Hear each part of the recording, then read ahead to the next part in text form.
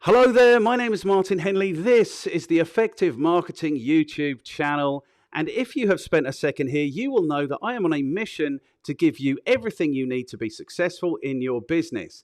And as far as I'm aware, the only way for you to be successful in your business is to be successful with your sales and your marketing. So not only on this channel am I giving you everything I know about sales and marketing, I'm also dragging in anyone I can find who is prepared to speak to me with relevant experience of sales and marketing to extract from them everything you might need to be successful in your business. So today's guest, according to his LinkedIn profile, has marketing experience going back to 2007. So that's 15 years. But that's interesting because he claims to have 18 years of experience on his website. Now, he also claims on his website to have started in business when he was 12. So I think he might be 30 now with 18 years of experience. That's special, I think. In that time, he has also authored 2 books, delivered a no-nonsense guide to successful email marketing, and opened great subject lines for higher email open rates. He is a long-suffering Aston Villa fan. I don't think they're suffering terribly right now. He is a stand-up fanatic and geek. Today's guest is Nathan Littleton. Good afternoon, Nathan Littleton. Hey Martin, it's great to be with you. Looking forward to sharing. Fantastic. I am looking forward to you sharing as well. Now, people don't need to know that it took us 3 attempts to get this far, but I think we did better on the 3rd attempt, didn't we? I think it was perfect, Martin. Fantastic.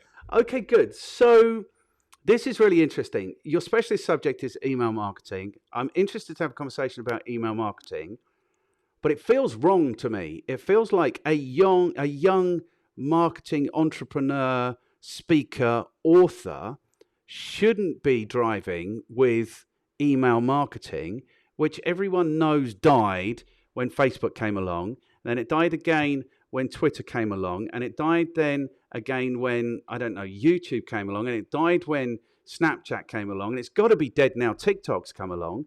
So what on earth are you doing with this old man's marketing tool, email?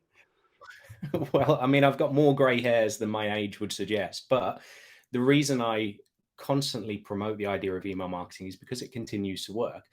And it wouldn't be the first time that someone has said to me, email marketing's dead, isn't it? Well, the numbers don't lie. The stats are there, and I'll continue to promote it for as long as it continues to work. In fact, I was at an event a few years ago where I was on like a Q&A panel. And on that panel, people had the opportunity to put post-it notes on a whiteboard that said, that gave a question, and then one of the panelists would answer the question. And one of the post-it notes said exactly that thing: email marketing is dead. I mean, that's not even a question, right? That's just a statement. That's designed to challenge whoever is there. But of Yep. course, I was the email marketing expert on the panel. So the question came to me. And I wanted to find out a little bit more about this, try and understand what it was that led someone to putting this question, if you like, on the board. And I spoke to the guy in the room, and he said, oh, actually, this was a marketing message that he had seen from a company that were promoting Facebook chatbots, messenger chatbots that were kind of all the rage 4 or 5 years ago. And it surprised me really that this was coming out from one of these companies. So I wanted to dig a bit further. And as it turned out, email marketing is dead was the subject line of the email campaign that they were using to promote their messenger chatbots. Isn't that amazing that you've got a company who are advertising this brand new marketing method, and even they're using email marketing and suddenly slating email marketing at the same time to try and get their message across? So Yes. it isn't the first time I've heard it, and I think it's something that is a common misconception, but I'll continue to use it for as long as it continues to work. Okay, good. No, really good, because I think you're right. Um, it continues to work. There's no 2 ways about it. Um, and I think there's a broader thing. Email marketing is direct marketing. So it's like saying direct marketing is dead. Well, if direct marketing is dead, then why are Facebook, WhatsApp, LinkedIn all developing and promoting these direct marketing platforms? So yeah, so I think it's interesting. We'll get into the bones of that. How old are you? Are you 30? Is that how old you are? I'm 31, so maybe my LinkedIn profile needs an update on the number of years experience. But yeah, I started officially in 2003 with a little website design business in my bedroom. Right. Do we need to like? I'm. Am I interested? Am I? I'm interested. But my interest might be a little bit different from the BBC's. I think because I'm old, I think young people are stupid. and Okay. and I think they don't know how to interact with the world properly, and they don't know they're born, and they've got terrible taste in music, and da da da da da da da. Interestingly, somebody I spoke to yesterday for one of these said, "Look, you need to find some young people to get on." I don't really think those things, but I am interested to know what motivates like a 12-year-old to start their own. It was web design that you were doing, was it? It was, yeah. Yeah. So what's the motivation there when you're 12 to start a web design business? And this Well, I was think I'd have to. 2003. It wasn't easy to build It was. websites in 2003. No, it wasn't. It was HTML code, PHP code, things that I've long since forgotten, if I'm honest, because there are easier ways of doing that if you're just looking to build a website for a business. I think I'd have to agree with you on the taste in music. I think most of the things in the chart I don't understand, and I'm 31. Yep. And yeah, I think when I was 12, my key driver was my friends were earning some money from paper rounds, and I had an opportunity using skills that I'd already learned to be able to build a business. So the websites that I was making when I was 11 or just turned 12 were websites for 12-year-olds. So they had games, jokes, funny stories. And of course, those same skills that I had to build those websites were exactly the same skills as people were using to build websites for businesses. You just needed a little bit of extra marketing knowledge to go on top of that. So I learned everything that I needed from blogs. And if I'm honest, that was before YouTube was really a thing. So it was mostly blogs that were showing people how to build websites for businesses that would work. And that meant I had an opportunity to earn a bit more money and eventually a lot more money than my friends who had jobs in doing paper rounds and in the local shop. So that was the key driver. Okay. And is it why wouldn't you just play computer games like everybody else? I guess that's the attraction of money, but also I really enjoyed it. There was a reason why I was building websites for myself that was just having games and jokes and stories on there. And I guess I found that more enjoyable than playing the PlayStation. And it's not to say I didn't do those things as well. I still went out with my friends. I still made dens in the forest and stuff like that. Okay. But I had a skill, and it was a skill that I genuinely enjoyed doing. It was a drive to learn something that most 12-year-olds weren't doing at that time. And if I could earn some money through it, then that was a perfect cocktail for me. Okay. And was it a case of you were just earning some money or were you making stupid amounts of money before you'd even left school? Was it one of those stories or is it? Well, when I started my first website, I think I sold for £80, which isn't a huge amount of money. It was No. for a little motorcycle secondhand dealer. Uh, And if I'm honest, that was probably something where I was still testing the water with, can I make websites for businesses? But it's no different to the things that I do now. I get better at what I do, and the quality of my work and my portfolio gets better. So I get better clients. So before I'd finished school, I was then taking on 2,000 and 3,000 pound projects. And then even selling into the school and selling to the council websites for local initiatives that they had, and was even recruited by the school. I was the youngest ever council employee in the country teaching web design to year 7 and 8 students. So it started as a hobby that developed into a business, and then I think I became an entrepreneur. It's in the loosest sense of the word, I would say, but I became an entrepreneur because I was trying to find opportunities around what I could do and what I could build a business out of. By the time I was 15 or 16, I didn't care whether it was websites. I didn't care whether I was selling widgets or washing machines. That's when I had what I'd call a business bug. I knew that when I left school, my career would be as a business owner rather than having a job and being employed. Okay, so no, you didn't go into sixth form or HNDs or anything like that. You went straight into working for yourself. Well, I did go to sixth form, but I didn't go to university. I had the opportunity to do so. By that point, I'd maybe let my schoolwork dip a little because that's the thing, I guess, if you're running a business at 12 to 16 is you have to balance your schoolwork, you have to balance social time with your friends, and sometimes that balance isn't quite right. I mean, Yeah. I'm 31 and I still don't always get the balance right between doing client work, doing sales, doing marketing, doing this, that, and the other. It's I guess the curse of the entrepreneur, but it's a nice problem to have, I think. And it was an issue that I had then, but I was quickly becoming disillusioned with school because I knew that, hey, me getting my a CV together to be able to get a job isn't something I'm going to do. So the Mm. balance then started to tip in favor of me concentrating on the business and trying to build it up. So I went to sixth form and ended up pulling out a sixth form in the second year because it felt pointless to me.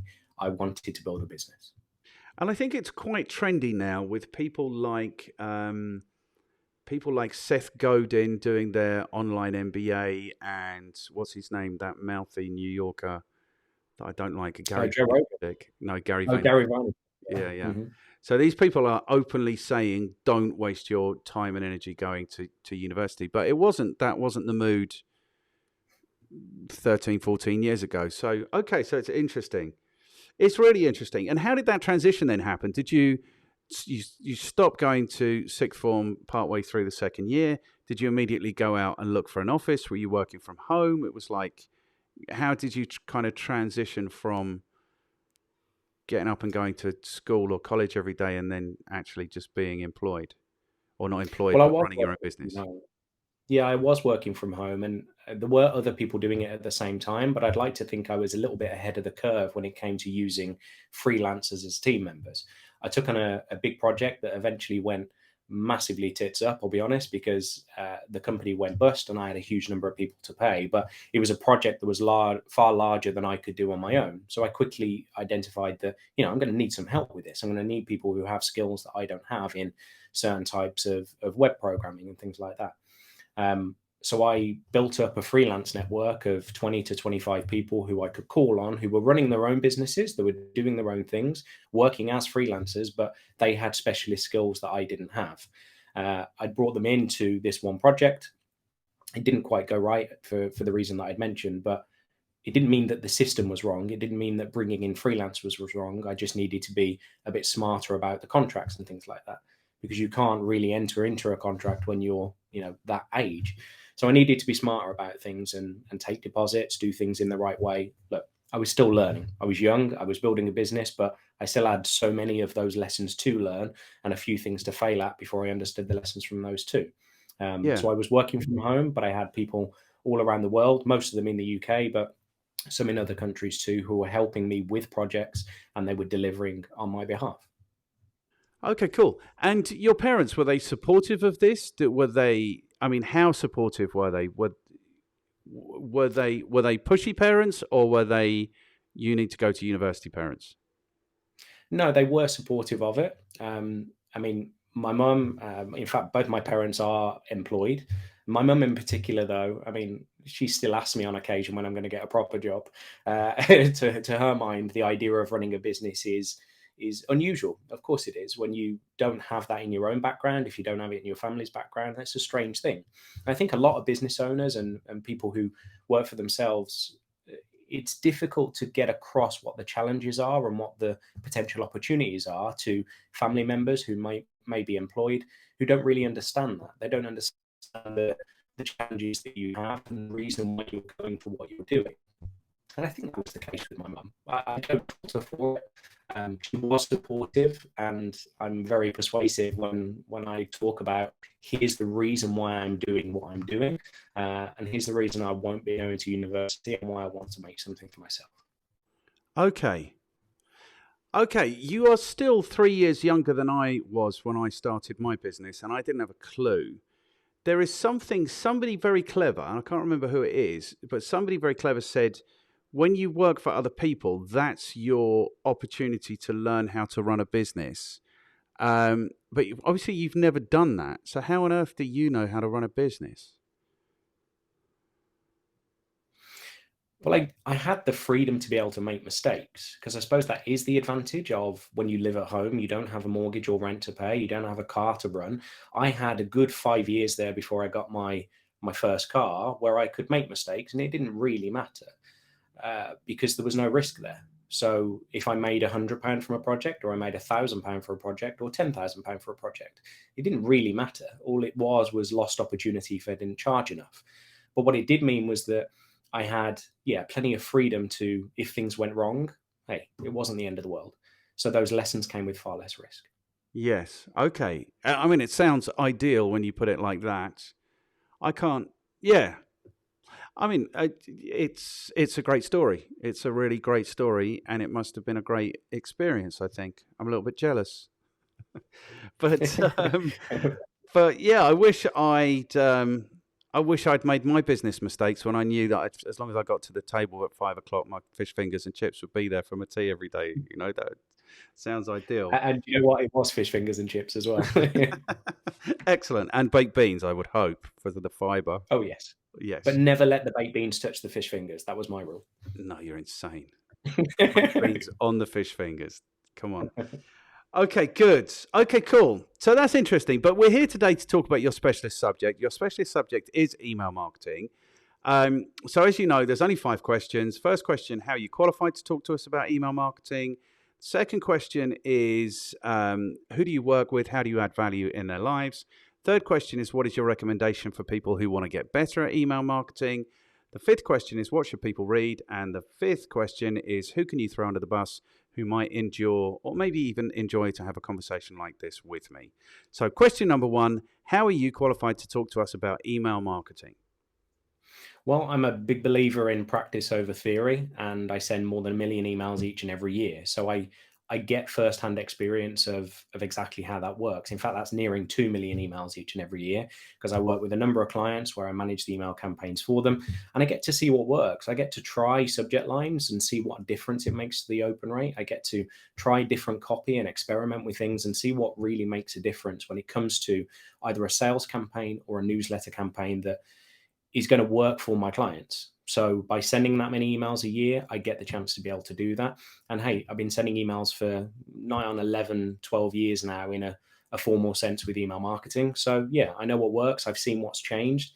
And I've also seen how it stacks up against other marketing mediums. So we were talking a little bit about that earlier. And I just think if I look back to 5 or 6 years ago, when people put so much effort, so much energy, and in fact, in some cases, quite a bit of money into building up, let's say, Facebook fan pages.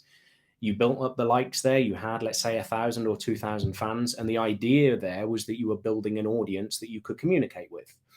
Fast forward 2 or 3 years, and then Facebook moved the goalposts and decide that, hey, your message can't get in front of those people unless you pay for the ads.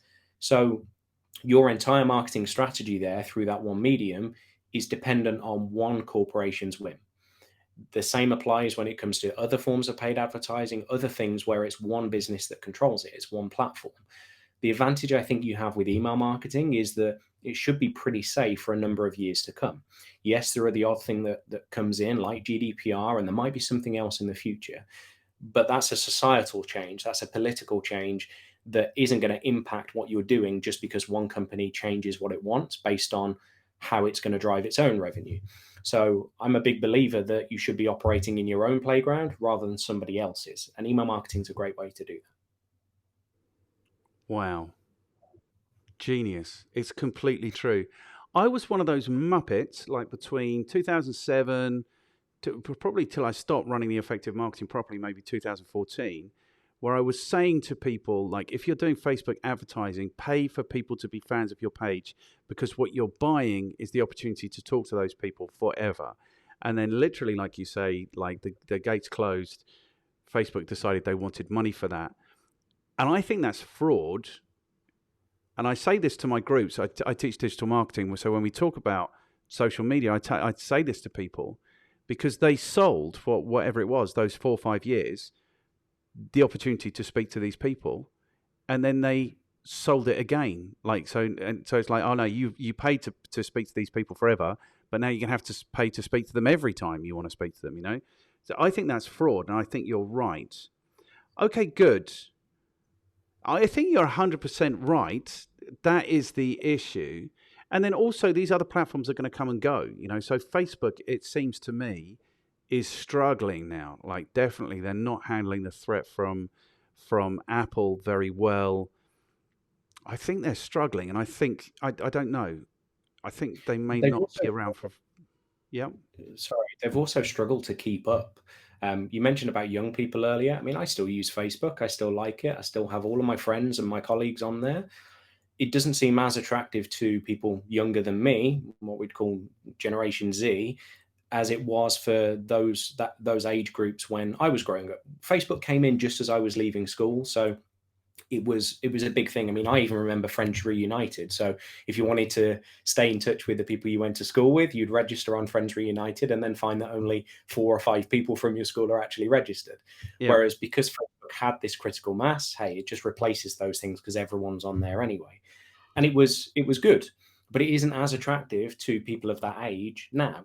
There are other things that Facebook haven't exactly caught up with. And I think you're right. I think Facebook are struggling a little bit. It's why they've invested in Instagram and WhatsApp, because maybe they see for themselves that the platform is maybe dying a little bit. It's they need to keep up, and they need to keep up much quicker. They do. So you're right about email, and you own that list. Once you have built that list belongs to you. No corporation is going to take that away or demand that you pay more for it.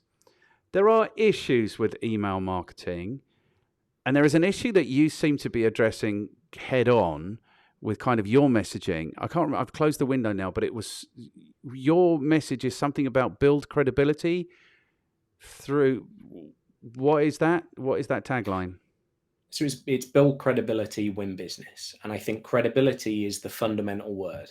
So there's a program that I created called Credibility Marketing, because I don't think you can get your message across and see it as, and for people to see it as compelling if you don't have that credibility in the first place. And it Okay. is the cornerstone to the stuff that I talk about with email marketing, because I always reference the example that, we have lots of conversations within our businesses where we hope that sales will come from them. But there are loads of reasons why people don't buy from us. It might be that they don't have the budget, it's just not the right time. There are loads of reasons why. So, what happens in 6 months' time or 12 months' time when they do need your services, they do need your products, and they're looking for someone?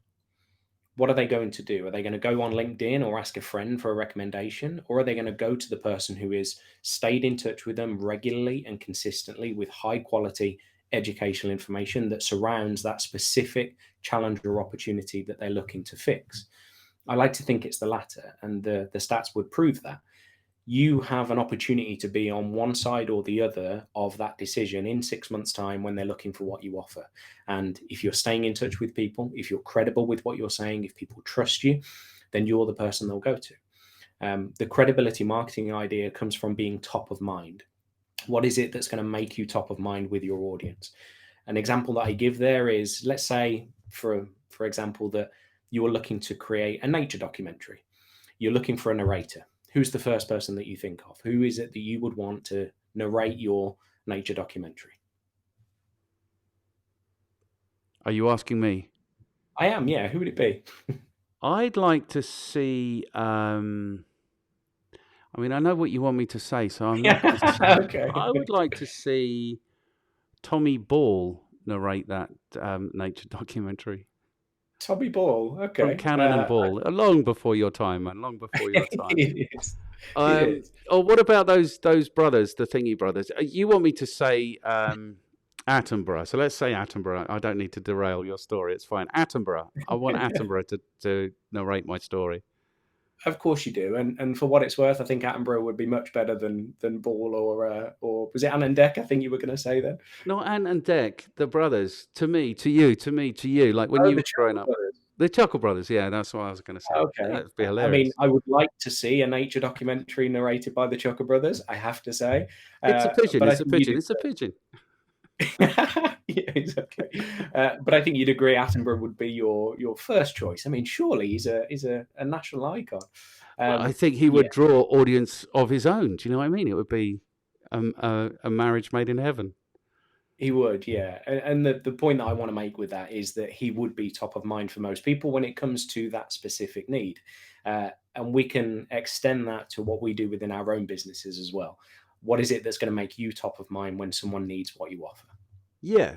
And I mean, more than that, if you are messaging them regularly, emailing them regularly, maybe they're not even looking for somebody because they've got a reminder that you are there and you do this thing. And so, that's what I think of, not top of mind necessarily, but front of mind is, you know, that's somewhere in mind sort of space.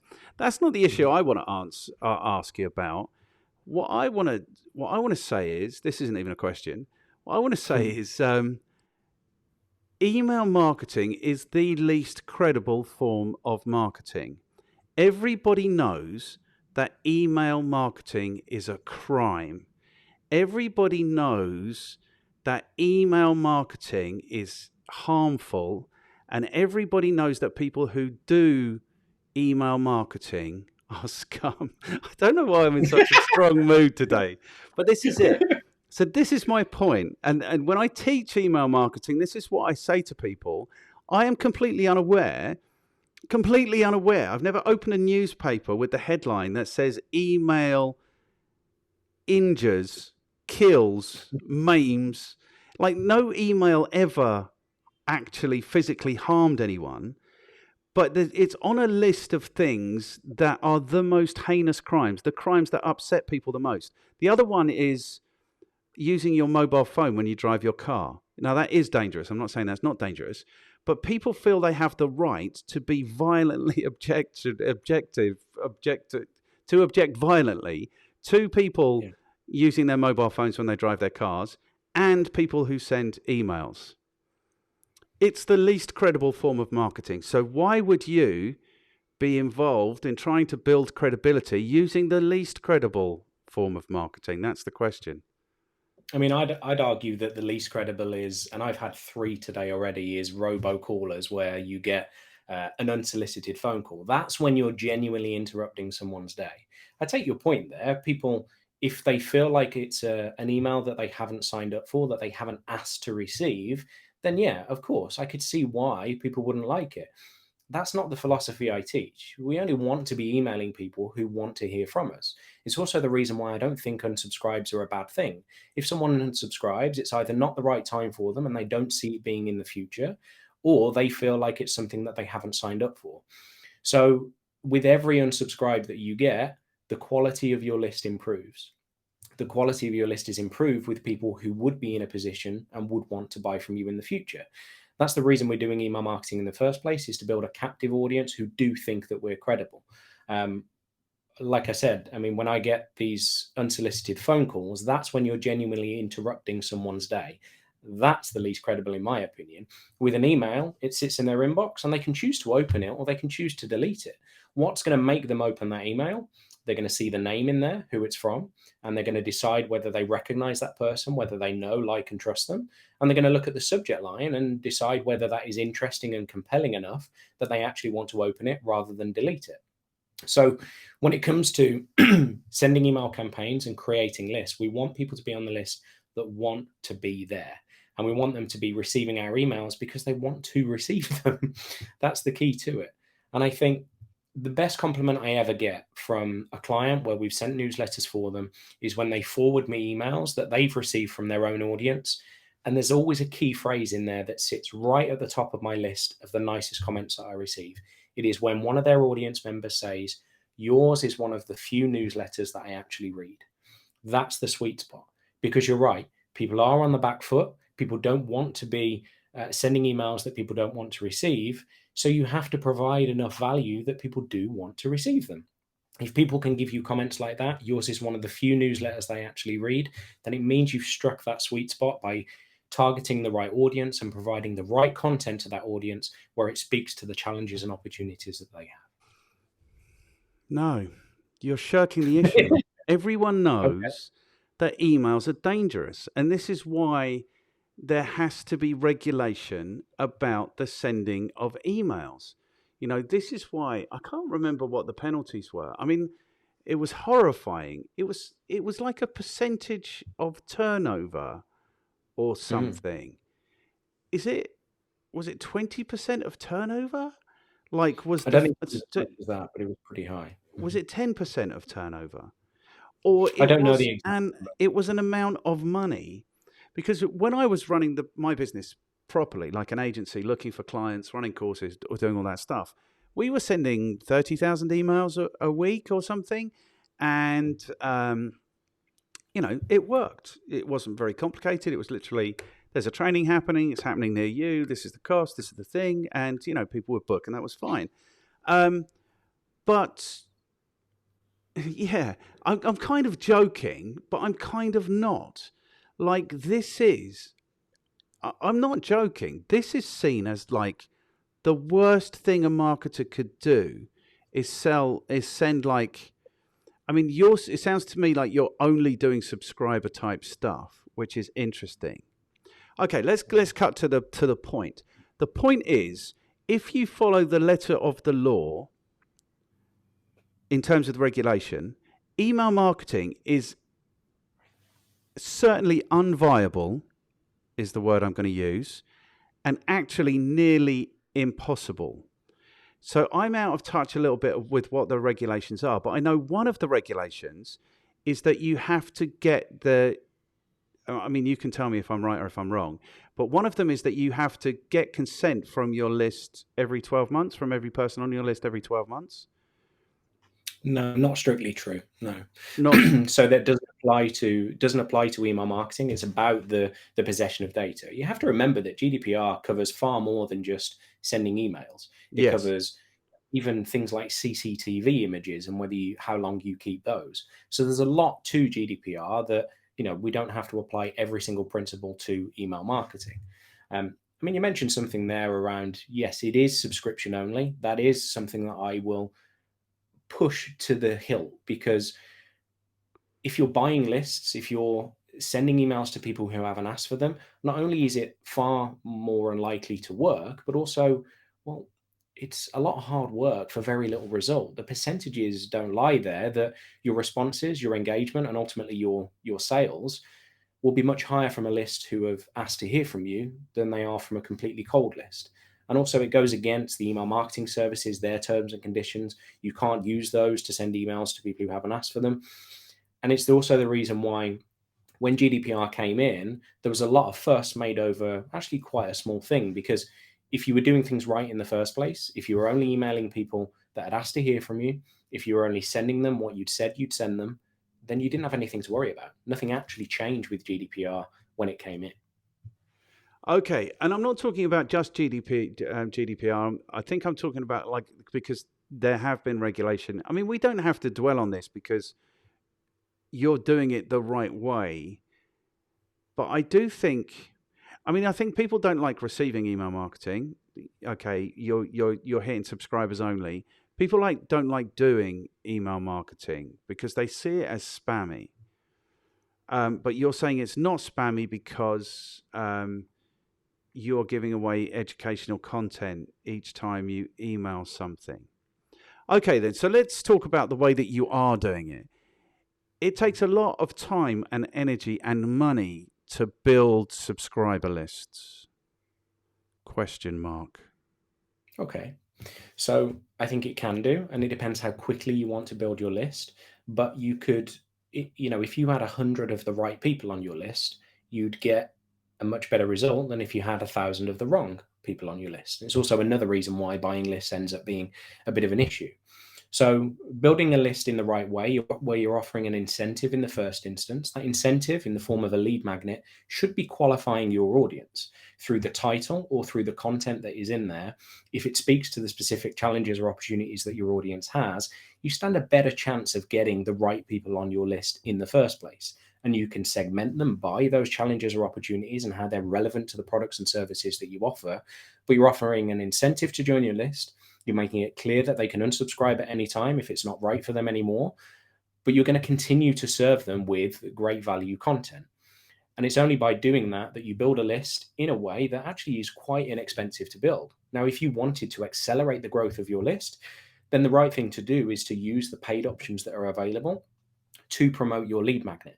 So to touch on what I said earlier, you can take them out of Facebook's playground and other social media platforms' playgrounds, and you can add them to your own list. That's how you get what ends up being quite an inexpensive way of building your list, because you can then continue to market to them for the price of whatever a MailChimp or an Active Campaign fee is right now. very little compared to what you'd be paying to reach that audience with Facebook ads. So promote your lead magnet, invite them to join your email list, and then you've got a constant stream where your list is building. How much it costs you to build your list is dependent on how much you want to throw at it. The principle behind paid advertising, it should be that I'd spend £1 million every month, every week, every day if I could, as long as I found a formula for the Facebook ads that meant that for every £1 million that I earn, I got £5 million back.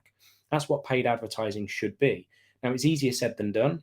I'm by no means an expert in Facebook ads, and I'd like to get better at that, which is why I get other people to do those for me. But it should be that you are building a list of people who you can market to consistently. And however quickly you want to build your list is how quickly you throw the money at the right system to be able to do that. Okay, good.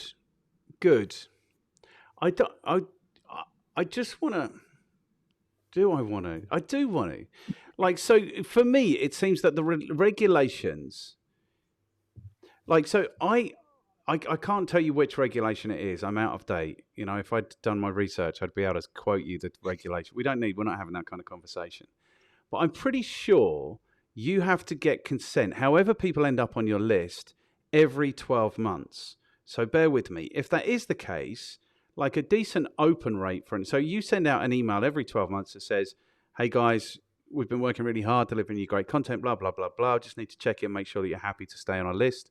Please respond yes or no or whatever it is, or tick the box or do whatever it is. The issue is that if 10% of your people, if your open rate is 10%, yours is going to be higher because it's subscription-only lists. Let's say it's 30% actually open them, and then 10% of those actually engage with the email and respond to say, yes, I want it. Then even in that instance, it works harder. The calculation I normally use is 10% and 10%. But if that is the case and you are doing that, you are essentially burning 90% of your data every year if you don't get that response. And that's what makes it really difficult. So even like you've mentioned MailChimp, like under, I don't know if it's GDPR, I don't know which regulation it is, but one regulation makes it illegal, or like you can't call a policeman, but you're not supposed to send the data abroad, which is, of course, is what you're doing if you're using MailChimp, because it's going straight to the States. And, you know, the European regulators have an issue with the US government having access to all of this stuff anyway.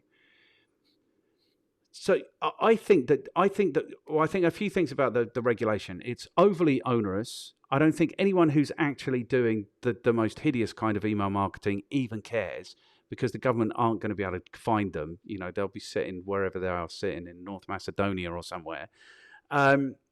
North Macedonia is a perfectly nice place to sit, by the way. It's all good.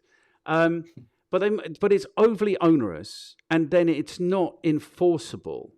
And what I say to people about spam, I don't know how you encounter spam, but if somebody decides, it doesn't matter what the definition of spam is. If somebody feels like it's spam, it's spam. Like if it's spam in the eyes of the receiver, then it's spam.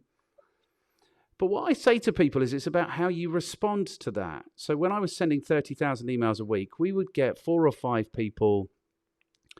Now, my list was an abomination. You know, it was, you don't even want to know where this list came from. I don't know where it came from. You know, it was an abomination. But we'd get 4 or 5 people clearly having a terrible day, and they would come to us, we never subscribe for this. You're sending us this junk. You send this every week, blah, blah, blah, blah, blah. But what I like to do is put myself in the shoes of that person. It's like, how shitty a day must you be having to be so upset by the fact that you've received this email? Do you know what I mean? And then if you, by extension, you say, okay, now you've got the opportunity to respond.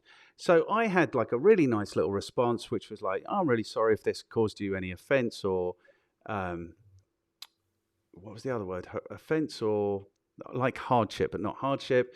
You know, we send out these, we're on a mission to help people and blah, blah, blah, blah. And of course, if you'd like us to, we can take you off the database. But if you'd prefer to keep, not even that, it's like, we have taken you off the database. And that was fine. You'd never hear from people ever again. But for the idea that somebody is going to sustain that rage for the 12 months it might take you to go through the process of reporting this, of turning up for hearings, of all of this stuff is just insane. So that's what I think about the regulation, is that it's overly onerous, it's too much, and it's unenforceable, and it's not enforced, so it doesn't matter. So it doesn't make your job any easier if you're doing email marketing and everyone has this sense of that, I suppose.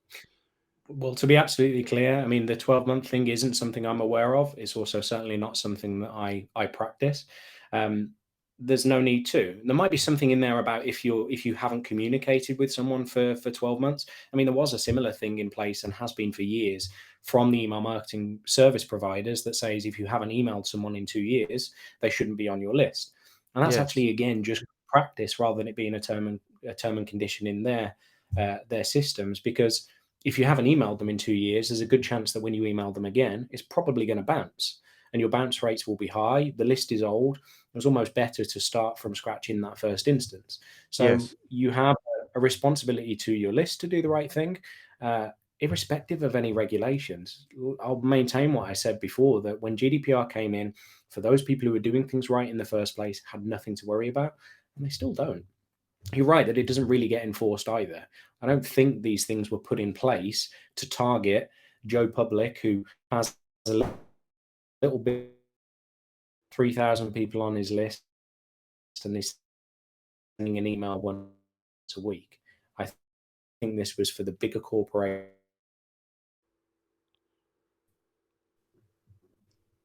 Oh, what I was saying is, I think this applies to lots of marketing.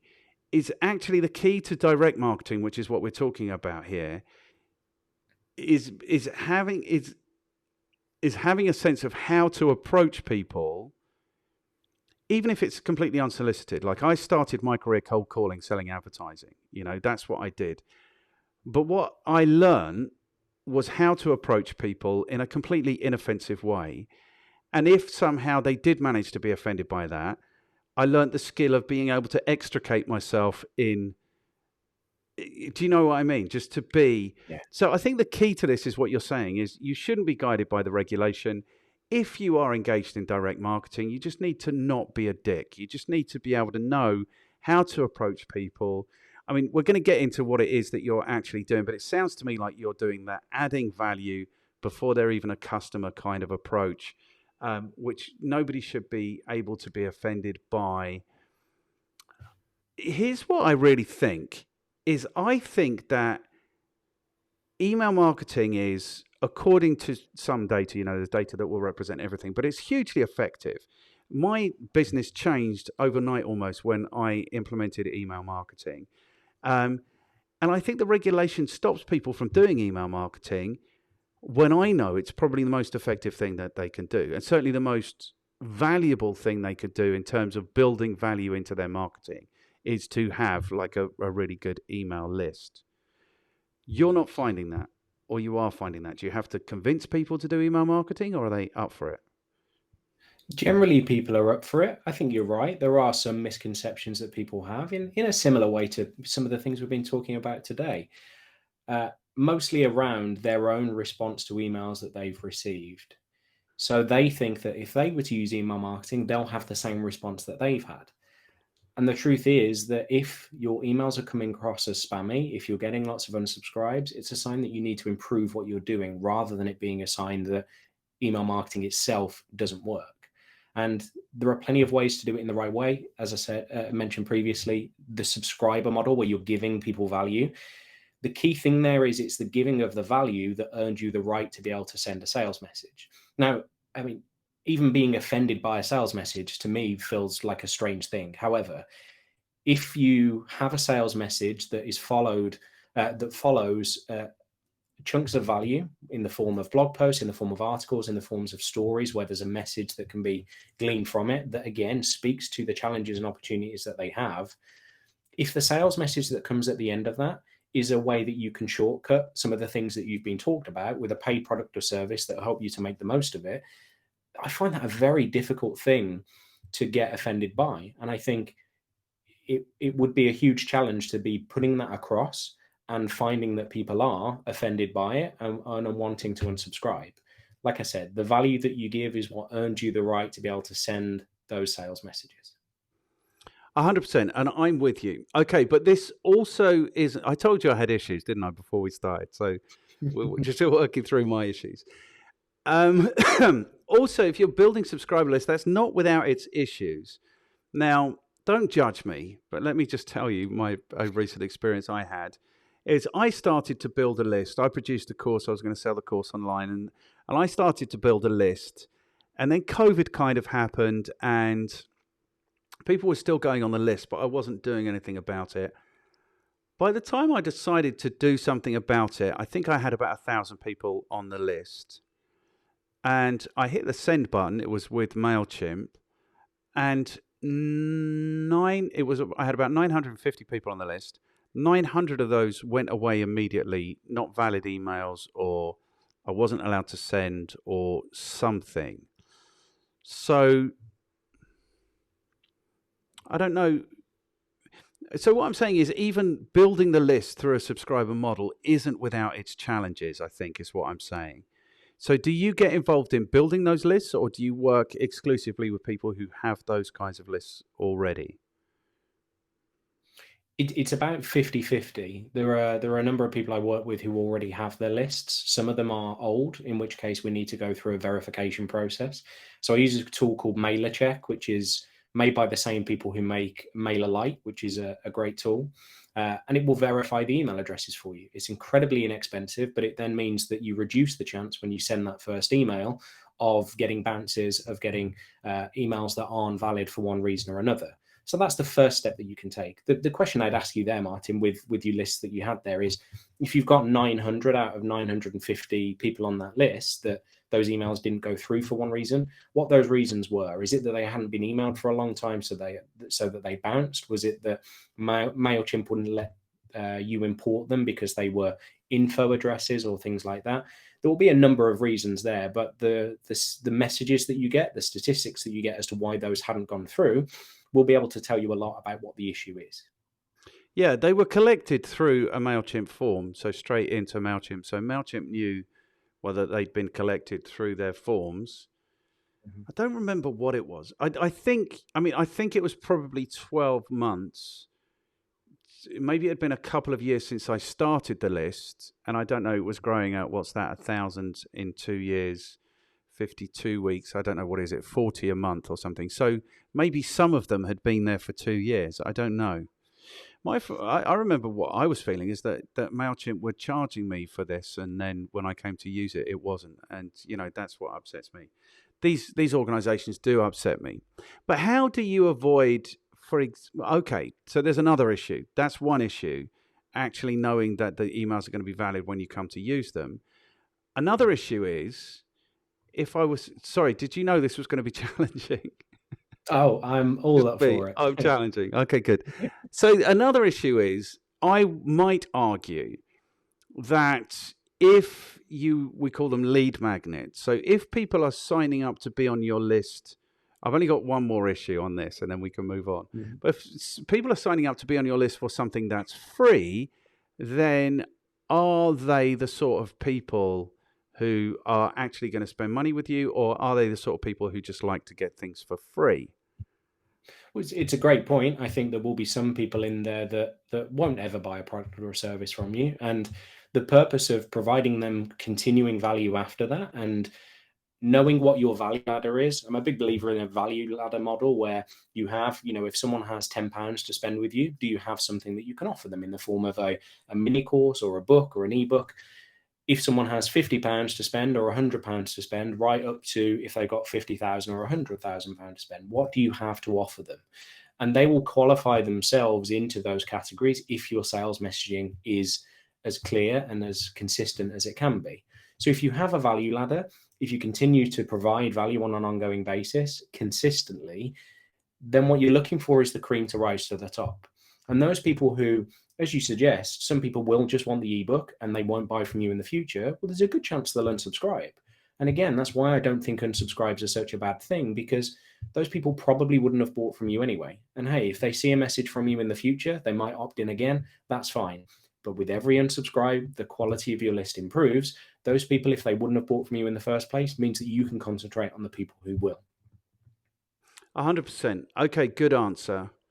And I suppose it's all part of the customer journey, isn't it? They need to know, they need to be aware of you, then they need to have a deeper awareness of the value, exactly what it is, what it's going to cost, all of those things. So maybe you are always taking somebody from a free position to a bought position. That's fine. Okay, third challenge on this question of building lists. Photographers. Okay. Now, I am a photographer. I've got a camera. I don't know if you can see my surf photography in the background. I really dig to take photographs. I'm a photographer. Photographers are a pain in the ass. So one of my clients was, I don't know why I'm so bolshy just calling people names today, but one of my clients was running a camera rental business in the UK. And I'm not over-exaggerating the point where he had lead magnets set up. He was building databases, et cetera, et cetera, et cetera.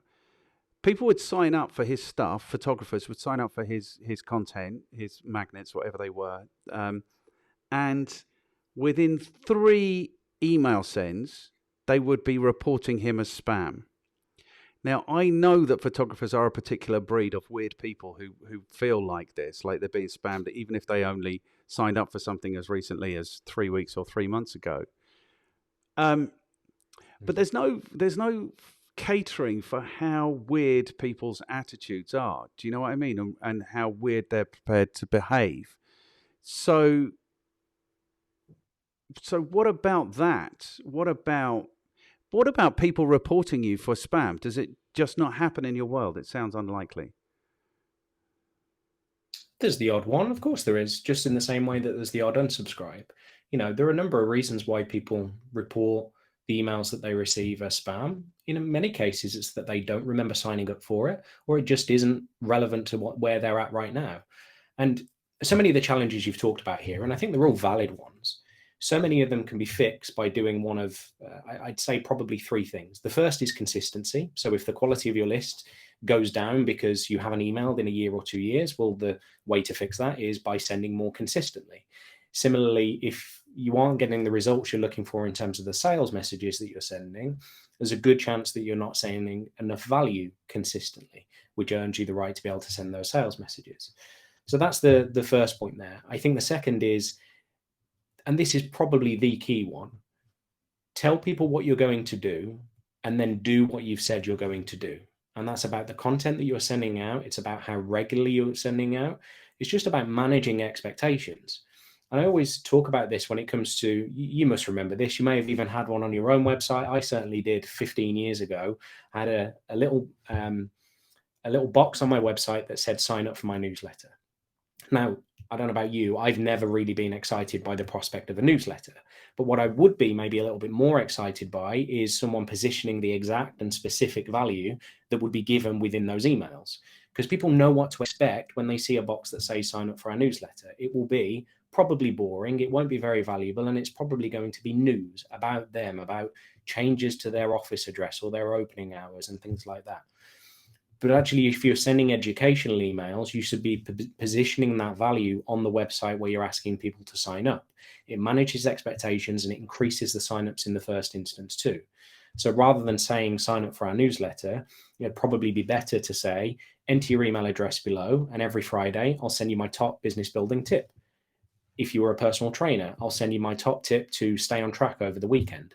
It's positioning the exact value that you're going to be offering. It's explaining exactly how often you're going to be sending out.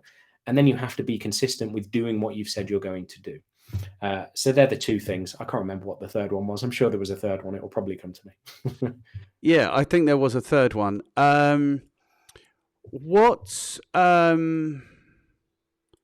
Sorry, that my video of you isn't great. I'm seeing if there's something I can do about it. I think the issue with this is that I just think that email is just so maligned. I've seen the benefit of it. It was a step change. Like, we were running trainings every week for Lord knows 6-7 years, and it all came from this email, this email list and this email activity. So I know how effective it is, but I don't think people are prepared to invest in it because it is so maligned, because people have this sense that it is spam. And people are receiving so much spam, But I think the real offenders, the people who are sending billions of emails a day, those people don't care about what the regulations are. They don't care about anything. Do you want to hear my funny spam story? Yeah, go for it. So I was sitting at my desk one day on a Tuesday morning at about 11:15, an hour and 15 minutes after our email went at 10 o'clock on a Tuesday like they're supposed to. And I got a call, and this guy said to me, you spammed us. And I said, okay, well, do you mean that you received one of our highly informative and useful email things that we put out? And he's like, yeah, you spammed us. And I'm like, look, I'm really sorry that you feel like that. You know, we're on here just to help people, but, you know, not to worry. If you go to the bottom of the email, there's like a subscribe. It's highlighted in blue or purple or whatever color it was. And if you hit that, you'll never hear from us again. He's like, no, well, we can't press that because then you'll know we're here. And anyway, I can't see it. And I'm like, well, it's there and it's highlighted in blue or thingy, whatever. And he says, yeah, no, I can't see it. And I'm like, are you sure? It's like, it's really clear. And he said, no, I can't see it because I'm blind. Ah, okay. And I said, okay, that's, I'm sorry about that. But then if you're blind, who is it who's offended by the email? Who's upset by the email? He said, well, it's my wife. And I said, okay, well, put your wife on the phone and, I'll explain it to her and then we'll get it resolved that way.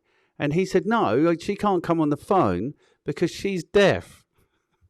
So I'm not even joking you. I had to go round their house to unsubscribe from the email. I said, look, I'll just take you off at our end. No, we want to see it. So literally I went round their house to take them off the email list. And that's my funny spam story. And I had a cup of tea and a biscuit and stuff. And we all ended up being friends. It was fine. I mean, there's maybe a whole conversation around accessibility that goes beyond what I know about how to make emails accessible. But yeah, it's an interesting point. We never know who's on the other end of the emails that we're sending out and what perhaps issues they have, what challenges they have in their own world that make things a little bit different to what we're expecting. Yeah. And I mean, I've got another one. Like what I used to say to people, or what I say to people on the course, is that you're marketing to people in their pockets at that very time. So I used to run courses in Malta, and famously, there's 2 supermarkets in Malta. There's only 400,000 people live in Malta, and basically both of them had been sending SMS messages at 2 o'clock in the morning. So they're basically waking up the entire island at 2 o'clock in the morning with their marketing. And my instance of that was I used to have regular clients, and I had my invoicing system used to email them the invoices, but it would invoice them at 2 minutes past midnight on the 1st. So 1 January, I got to my desk at like on the 4th of January, whatever it was, and a customer phoned me. He's like, "Oh, Martin, thanks so much for thinking of me on New Year's Eve." And I'm like, "What is he talking about?" And he's like, "Yeah, no, I didn't get many messages from suppliers, but yours came in at 2 minutes past midnight, and I was really grateful that you were thinking about me." And essentially, what it was is, like you can imagine, he's at his thing, and they're all doing Old Lang Syne, and then his phone dings, and then it's like, "Oh, I owe Martin money." So I think you have to be careful like that. Is what I think. Yes, yeah. So you have to be careful like that. So let's talk about. Do we talk about segmentation? We could talk about segmentation. The thing is, you have to have the data to segment by, is the challenge here. So we know that if it's a sign-up form, the fewer fields there are, the more sign-ups you're going to get, but the less useful it is because the less information you have to segment them by. Do you have... I agree, and that's actually a really difficult way to segment, but I also have a few challenges around whether that's the most effective way of segmenting. Now, if you've got fields within your sign-up form, yes, that's a great way as long as they're going to be useful to you. I think it's interesting to explore, though, how you might be able to segment people by the way that they signed up for the list in the first place. So if you have sign-up forms on a website, signing up for a specific lead magnet is segmentation in itself. They're going into one list rather than another, or they're getting one tag attached rather than another. And if the title that you use for your lead magnets is about a specific challenge or opportunity that they have, I think that's the most effective segmentation because it's already qualifying them into a specific area of your business. I'll give you an example. So I have an ebook called 20 Best Subject Lines.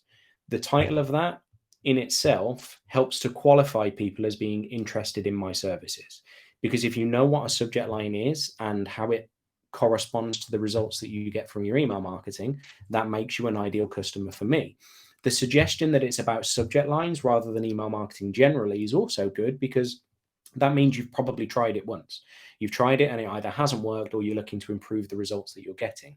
So 20 best subject lines qualifies my audience as being relevant to my products and services, but also qualifies their experience.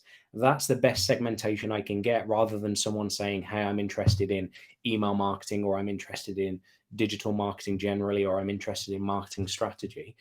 They've qualified themselves just by being on the list in the first place. 100%. 100%.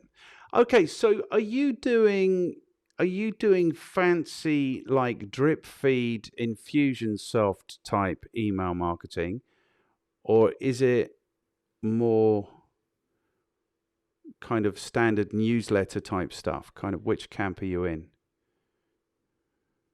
There's a combination of both. So for people who would join my list generally, there is a welcome sequence that does technically go over a year. The emails start relatively frequent. So there'll be a couple of emails in that first week. That's not a huge number. And they get slowly more infrequent, but it's designed to put them into specific categories where I can.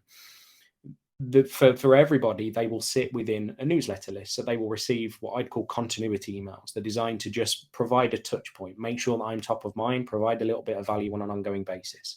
So there is a combination of the two. And when it comes to things like courses or specific sales funnels, that's when the actual automations really come into their own, because you want to either push them to a product or push them out. And when I say out, I don't mean unsubscribe. I just mean to sit on the list ready for a rainy day to continue to receive newsletters. But the sales funnels, that's where the automations do really come into their own. You want them to buy. And if they don't buy, you want to qualify them out and make sure that they're just receiving emails on an ongoing basis. Okay, good. Open rates. So on your website, or I think you might have told us already, that the open rates are to do with the subject lines and they're to do with the name.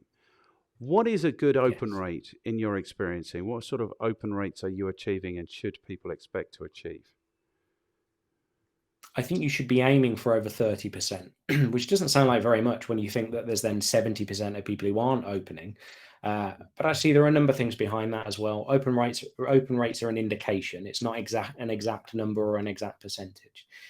For those clients who we build a list from scratch with, it isn't unheard of for us to be getting consistently every single week or every single fortnight, depending on how often they're sending out, to be getting 50 to 60% every single time. And I think that's a very good open rate. I think if you're getting higher than that, it probably means you're not pushing your list ever so slightly hard enough, or the fact that the list is so small that, if you're sending to 10 people, I'd be disappointed not to get 70 or 80% open rate. So yeah, I think if you aim for 30 or higher, or if you're starting from scratch, you should be getting 50 to 60%. Wow, I think that's high, because it is. Yeah, well, I think the standard is somewhere between 8 and 10%. Is it? Is that that's what's quoted typically you can expect?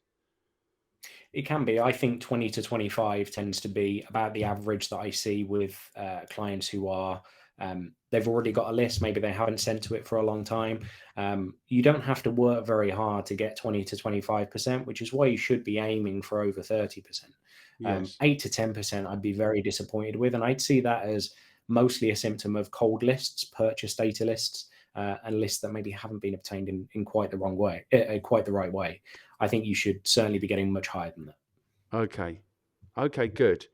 And then so you're saying there's something else. So I'm saying it's the name and the subject line, but you're saying there's something about the relationship and the fact that they're expecting this that's also driving the consistency.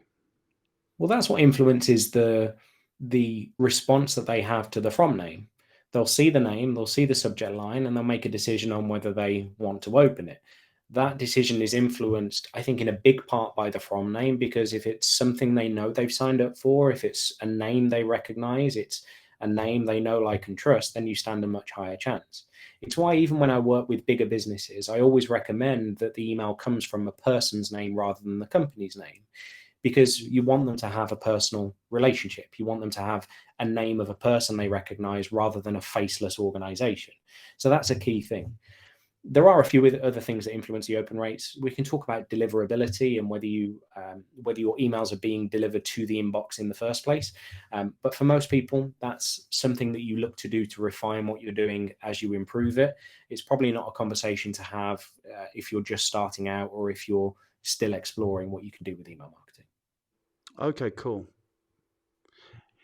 And then with the name, things like gender and those things come into play, don't they? I've got a funny story about a name. Do you want to hear my funny story about a name, sender name?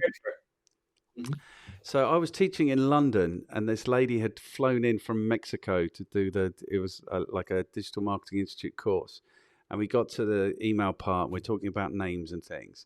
And she was selling investment advice, basically. She had huge lists in Central America. And she was emailing these lists, and it was typically middle-aged men who have money to invest. And so when we started talking about the names and what names people might respond well to and stuff, she started laughing. And so I asked her what was so funny, and she said, "Oh, it's nice, we get great opens from our emails." I'm like, "Okay, why is that?" And she says, "Well, I think it's because of Natalie." And I said, "Well, who's Natalie?" And she said, "Well, Natalie sends all of the emails." And I'm like, "Okay, and who is Natalie?" And she's like, "Natalie doesn't exist." So basically, you had Yeah. all these Central American men going crazy for these emails from Natalie, and Natalie doesn't exist. So yeah, I think it's the thing I think about email more than anything is that there's steps in the process, and every step in the process is an opportunity just to tweak it a little bit more to get more and more value out of it. That's kind of what I I think. agree. Yeah. And I think you make a good point there when it comes to open rates, that, there are plenty of industry benchmarks on there. MailChimp publish a report every year that talks about the open rates for specific industries. I think they're mostly pointless. Not to say it was a bad question. It was a great question, but the only thing you should really be looking to do is improve on the open rate you get from your last campaign.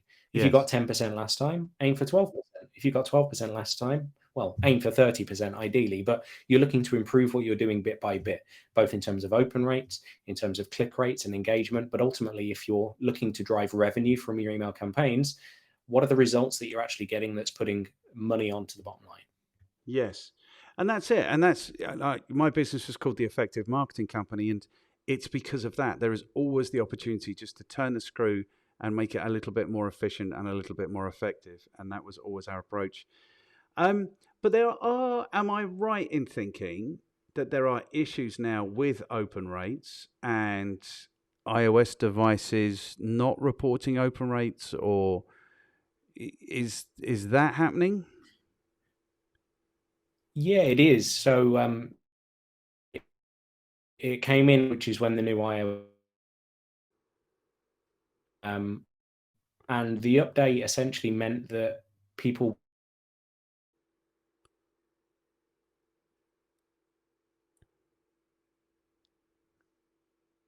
not an exact number.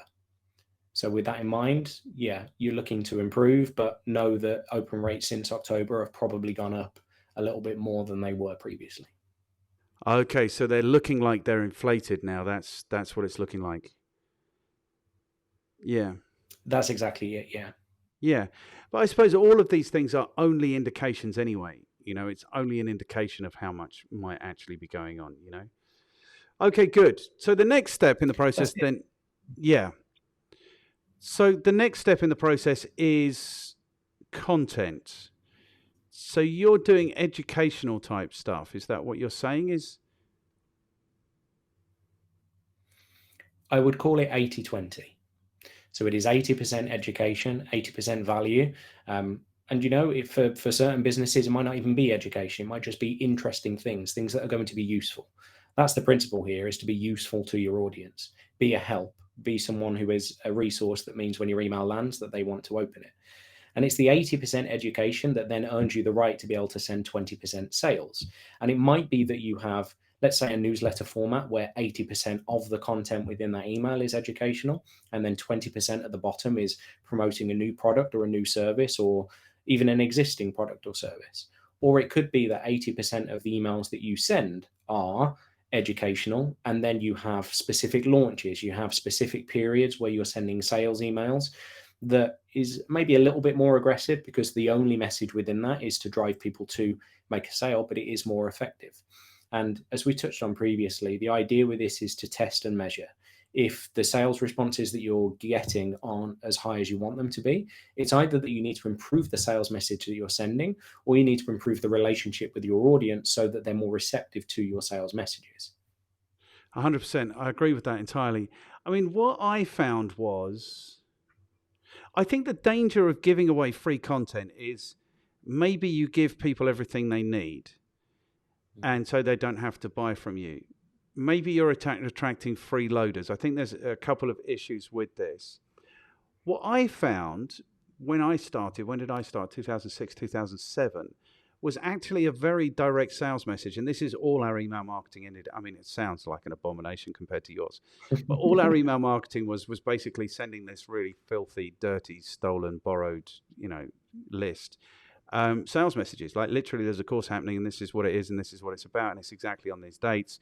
And so subject lines were really simple. They would also qualify people out. So it would be literally, I don't know, LinkedIn marketing training, Central London, 9th of February, 9 till 1, so nobody should have been opening them unless they knew exactly what it was about.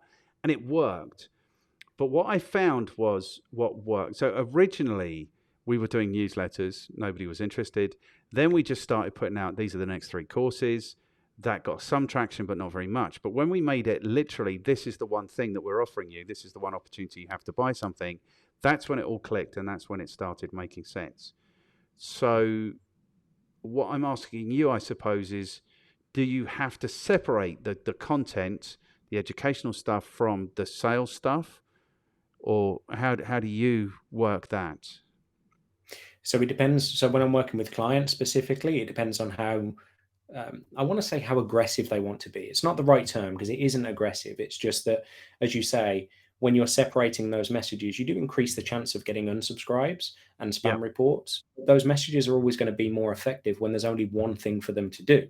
So I generally make a blend of the two. There will be promotions at the bottom of newsletter emails, but also I have launches to do. I have new products and services that I release that if I didn't do a launch that had a dedicated sales campaign of several emails, then it isn't going to get me the results that I want it to get. So I think there's a balance to be struck there.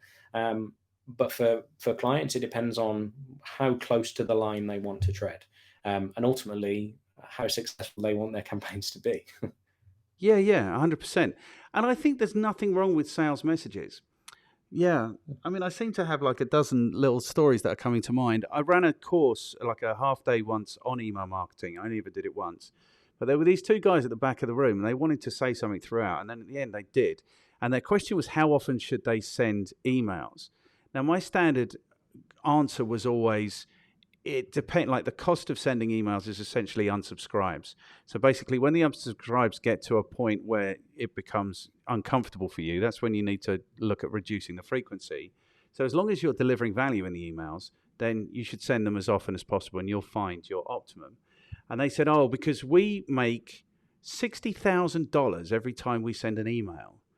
And I'm like, okay, well, send that email every 20 minutes, And I was joking. But the point was they were developing products, some sort of digital products, but they would only send an email when they had a new product to launch.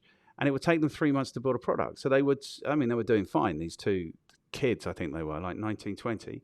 So every 3 months they'd make $60,000 and then they develop a new product and they send the email and make another $60,000. So I think the idea of frequency is really important. But what I said to them is, if they were getting open rates of 20%, then 80% of their database still didn't know that this existed. So you have to send it kind of 5 times with a hope to get into the 100%. So how do you feel about frequency? How often should people be sending emails? I think there's a fine line, and it also depends on your industry. I mean, I work with a number of dental practices, and for the life of me, I mean, if I could recommend to them that they would send to their list twice a week or every week, I'd love to. I'd get paid more, uh, but I can't, because I can't honestly recommend that a dental practice should be emailing their list every week. Because I'll ask you now, how often would you want to hear from your dentist? I don't want But to hear from my similarly, dentist. Yeah, yeah. I mean, how much is there that's interesting? So I suppose it depends on how engaged your market are with the thing, with your list are with the thing that they're doing. If it's business, they're doing business all day, every day. If it's teeth, they might hope to be doing their teeth once every 6 months. Okay, that's a good insight. That's a really good insight. yeah, so it depends on your industry. I think generally, if you're not sending at least monthly, then you might as well not bother. But ideally, you should be sending weekly, and in some cases, twice a week. There is a line to be struck there between how often your audience wants to hear from you, but also for your small business owners, how much time do you have to be creating content, to either be collating content from where you're putting out elsewhere onto YouTube, on LinkedIn, onto your blog? There has to be a balance that gets struck there to make sure that you can do it consistently. Not just when you're quiet, not just when you don't have much client work on, but also when you're at your absolute busiest. So it might be that you even batch up your emails. You know you've got a free couple of days, so you write your emails for the next 6 months. That's a great thing to do. And you know that your emails are going out every Friday morning, for example. You have to make sure that you can be consistent with it, even when you're at your busiest. And if that is only every fortnight or every month, then that's better than being inconsistent with it, where you send an email and then they don't hear from you for 6 months. Yes, 100%. I agree with that. Okay, we've gone for an hour and 20 minutes already. So this has been really useful, I think, because, I mean, because this is a really useful, practical, these are the kinds of steps. So I think we answered the questions. We know you're qualified, who you work with and how you add value. We've got a sense of that, how people might get better. What they should do really is just pick up the phone and call you or go visit your website if they want to get better. Is there anything else you want to say if people want to get better at email I mean, marketing? there are some resources on the website as well. You're more than welcome to be able to go and get those. I think if you want to get better, it depends where you're at. If you haven't started, damn well start right now. Even if you have a list of 10 people, it's better that those 10 people hear from you now rather than wait 6 months until you feel like you've hit a critical mass, like you only want to send out when you've got 100 or 1,000 people. Start now, even with those 5 or 10, and it means that you can be consistent and you can be building your list constantly. You want to build a list of people who recognize your name when it lands in their inbox, serve that list with high quality educational information, and then extract the opportunities. Let the cream rise to the top for where you can make sales. 100%, I'm with you. And don't do what I do, which is sit on a list for 2 years and then pay a subscription to have that list hosted and then not get any value from it whatsoever. Okay, good. And I would, do email marketing because it's really good. I mean, it's insane how, and it's not going away. It's not dying. It's not anything. If anything, I think the opportunity for email marketing is getting better the less people do it. So the more time moves on and people get picked up by these Facebook messengers or bots or whatever it is, that's good for you. There's more opportunity. Okay, good. Only 2 questions remaining. So the last question is, what do you recommend that people read? You've written 2 books. I will list those. You don't have to tell us to read those. It's okay. Yeah. So definitely read those. I'd also recommend reading. There's a book called Email Persuasion by Ian Brody. He released his book before I did, but it is a very, very good book when it comes to email marketing and how you can use it effectively. That's certainly one that I would recommend. I'd also recommend reading. There's a book about LinkedIn marketing. I think it's called LinkedIn Bound by Sam Rathling. She's one of the people I'll recommend you speak to, in fact, which is a very good book. I think even if you're a starter with LinkedIn or even if you're reasonably advanced with it, it's a good book to understand how you can use it effectively for lead generation and for making sales. Fantastic. And then most people will recommend that I speak to 2 people at least. So you're saying, was it Lynn, somebody? Sam Rathling. Sam Rathling. Yeah, so she specializes in LinkedIn, is very good. I'd also recommend you speak to Anthony Steers. So Anthony's someone that I work with a fair bit. I've shared the stage with him on a number of occasions. I think what we do dovetails reasonably well. Now, I mentioned about when you're receiving unsolicited phone calls. He's someone who helps you to use the phone to get business, to generate leads, but in the right kind of way, so that you aren't just interrupting someone's day and becoming a nuisance, but actually how to use the phone to make sales in a really good way. So we work together on a number of things because the two dovetail quite nicely. I always recommend that if people are feeling like they want to go out and find data lists, the best thing to do is to probably call those people and get permission to send them an email or send them something of value. And he calls it a test drive, where you're giving someone an opportunity to experience your business without actually parting with any money. So yeah, the two things dovetail really nicely. He's a great guy and a great speaker. And yeah, I think he'd be great to have a chat to and to be challenged by you too, Martin. Has it been I have been particularly challenging today, I have to tell you. Hey, it is absolutely fine. Do you know what I think as experts, I think if you go out there and you want to put your message across, you have some expertise, I think you should be able to have that expertise stand up to challenging questions, whether it be from the stage, whether it be in video interviews like this, on podcasts, whatever it might be. Your expertise should stand up to any challenging questions. It So really you're should. more than welcome. Good. Thank you very much.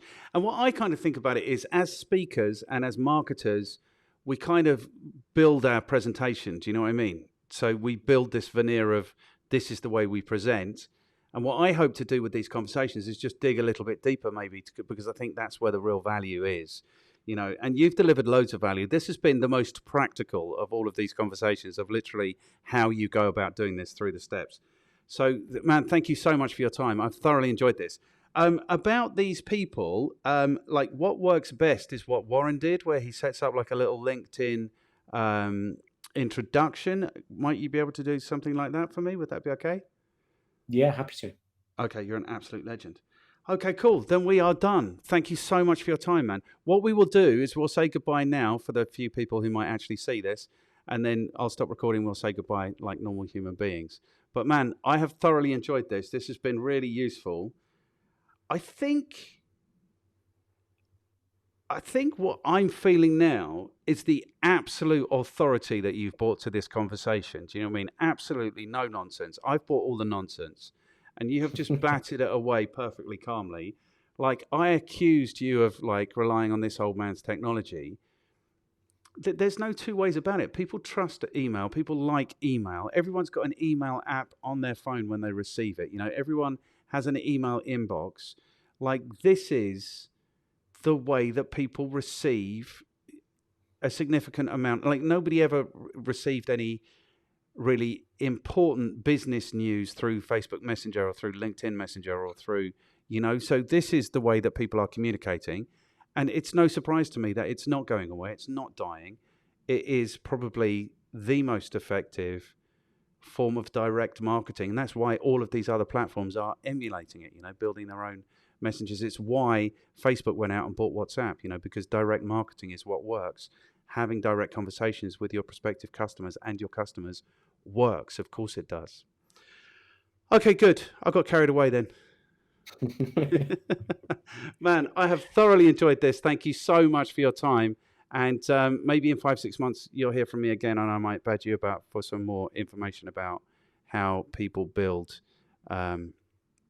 credibility through email marketing. That'd be great. Mine has been an absolute pleasure. Thank you. You're a star. Thanks, man.